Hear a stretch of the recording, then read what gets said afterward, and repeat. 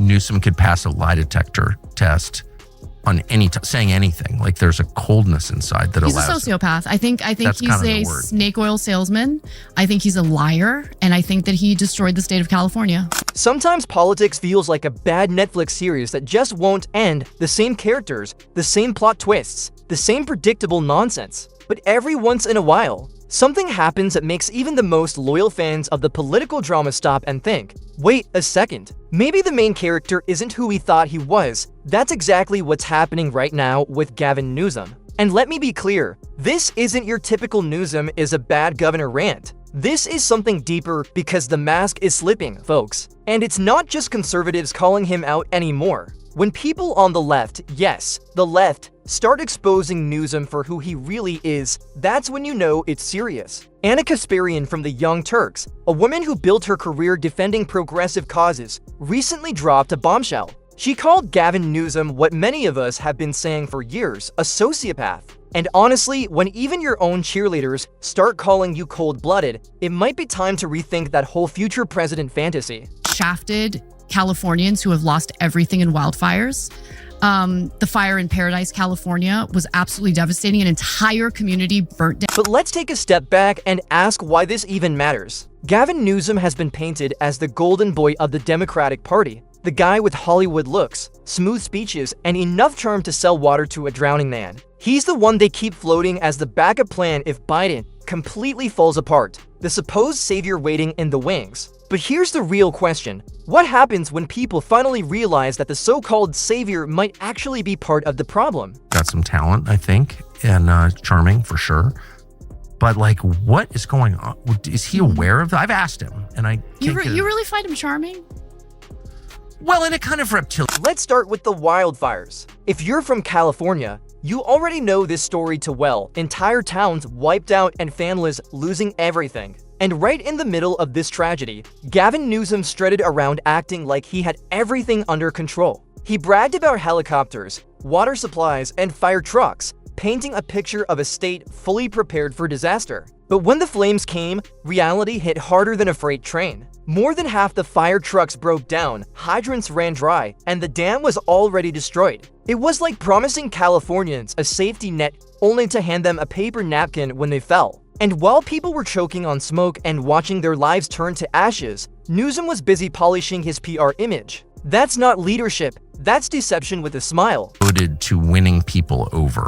Yes, Kind of like Bill Clinton was, and I think he's good at it. But I also think someone said to me the other day, Newsom could pass a lie detector test on saying anything. Like there's a coldness inside that allows. And it gets even worse because when investigators traced the cause of the Paradise fire, the one that burned an entire community to the ground, it turned out it wasn't just some freak accident. No, the culprit was PG&E, Pacific Gas. Fire in Paradise, California was absolutely devastating. An entire community burnt down as the result of PG&E, Pacific Gas and Electric, that's the utility company, refusing to upgrade their aging equipment. The company had been running ancient, outdated equipment that everyone knew was a ticking time bomb. One rusty hook gave way, power lines came crashing down, and in an instant, Paradise was gone. And here's where the real betrayal begins. Who protects PG&E? Who shields them from lawsuits and accountability? You guessed it, Gavin Newsom. Why? Because they're one of his biggest donors. While Californians were burying loved ones and sifting through rubble, their governor was busy making sure the company responsible for the destruction stayed protected. That's not just negligence, that's selling out your own people to pad your future campaign coffers. Their equipment is over 100 years old. And so what started that fire was this metal hook that had eroded to the point where it broke. Power lines come crashing down onto dry brush. It sparks a fire and destroys an entire... And let me tell you something. When Kasparian, someone who has spent her entire career defending Democrats, flat out calls Newsom a sociopath, that should stop everyone in their tracks. It means the truth is finally too big to ignore. But of course, this isn't a one-off moment, it's a pattern. The wildfires are just one chapter in a much bigger book of failure. Now, let's talk about homelessness. If you've been to California recently, you already know it's become ground zero for America's homelessness crisis. Tents stretch down sidewalks, entire encampments swallow neighborhoods, and families are being forced out of cities because crime and filth have made them unlivable. Homelessness really exploded in Los Angeles. Like, it's always been a problem in LA. Yeah. But it now touches every square mile of that. And this didn't just happen by accident. California has poured billions into programs that were supposed to solve the problem. Newsom loves to talk about compassion, bold solutions, and how he's making progress. But guess what? The numbers don't lie. Homelessness has skyrocketed under his watch. Not only has he failed to fix the crisis, he's somehow managed to make it even worse. Addiction, not just in LA, all across the country. Has there been any effort to do anything about this? Zero. And it makes me really angry. The Sacklers are still billionaires. Yep. Let me ask you this. If a governor can't keep his state from literally burning to the ground and can't keep people off the streets, what exactly is his resume for higher office? Smooth speeches, fancy suits, and a talent for dodging tough questions might get you applause at a campaign rally, but they don't save lives. And we haven't even touched the border yet. Remember when Kamala Harris was crowned the so-called border czar? Yeah, how's that working out? Chaos, cartels, fentanyl, and violence, it's a disaster. And while Trump at least tried to push back, leaders like Gavin Newsom blocked deportations, undermined security, and shielded criminals in the name of compassion. We are willing to be honest. Unless we're willing to tell the people trying to smear us to silence us that they can F off, nothing's gonna improve. Everything's gonna keep going down. Everything is gonna continue devolving.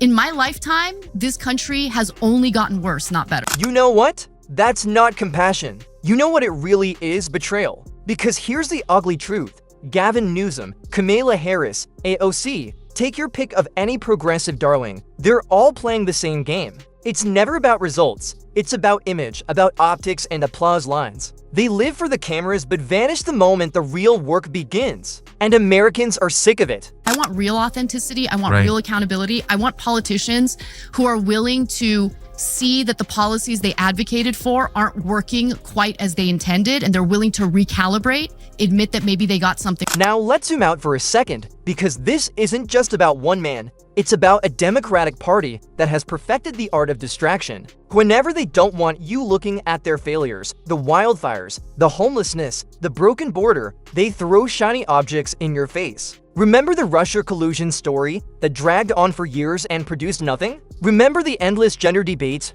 shoved into every news cycle? It's all smoke and mirrors. While you're arguing on Twitter about pronouns, the real crises, your paycheck, your safety, your community, are being ignored. And that's the genius of their strategy. Keep you distracted, keep you divided, and keep you fighting over cultural flashpoints while they protect their donors and secure their own career. Democratic establishment, the Republican establishment, there's a lot of similarities between the two. They're in alignment. Exactly. On the big issues that matter. War and the economy. War and the economy. Biggest issues. 100%. They love to distract us with shiny things. Yeah, have a race war. It's totally 100%. Fine. Meanwhile, people like Gavin Newsom are quietly auditioning for the presidency, hoping you're too distracted to notice the trail of failure they've left behind. But people are starting to wake up. When even folks on the left begin calling out the gaslighting, when even progressives start saying enough is enough, it's a clear sign the narrative is breaking down. You can only cover up the truth for so long before reality comes crashing through.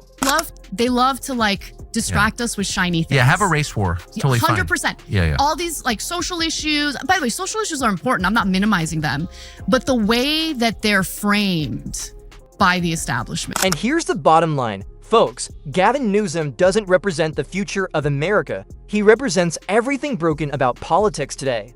He's not a savior. He's not a leader. He's a salesman. A man willing to sacrifice his own state if it means padding his resume for the White House. And the fact that his own side is starting to see through him, that's the real story.